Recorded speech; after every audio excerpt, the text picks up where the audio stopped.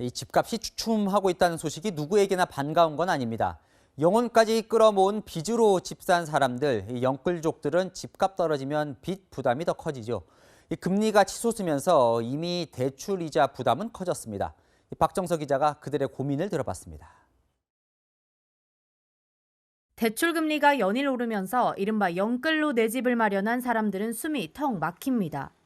특히 상대적으로 소득이 적은 2030 세대 부담은 클 수밖에 없습니다.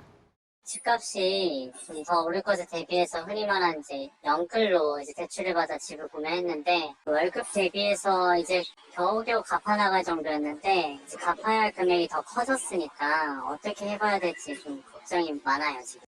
지난 8월 한국은행은 2년 9개월 만에 기준금리를 인상했습니다. 이후 은행 주택담보대출 금리는 계속 오르고 있습니다. 이번 달 5대 시중은행의 주택담보대출 변동금리는 3.03에서 4.67%.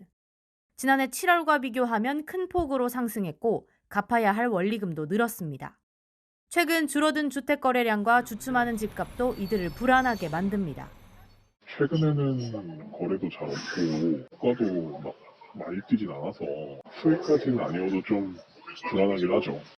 전문가들은 금리 인상이 무리한 대출을 받은 2030 세대에게 직격탄이 될 수 있다고 경고합니다. 추가적인 금리 인상의 가능성이 높아지고 있는 상황이어서 기존에 소득 대비 무리하게 대출된 부분에 대해서는 일정 부분 정리해 나가는 과정이 필요할 것으로 생각됩니다. 다음 달 한국은행이 또 한 차례 기준금리 인상을 예고한 가운데 영끌족들의 걱정이 커지고 있습니다. 채널A 뉴스 박정서입니다.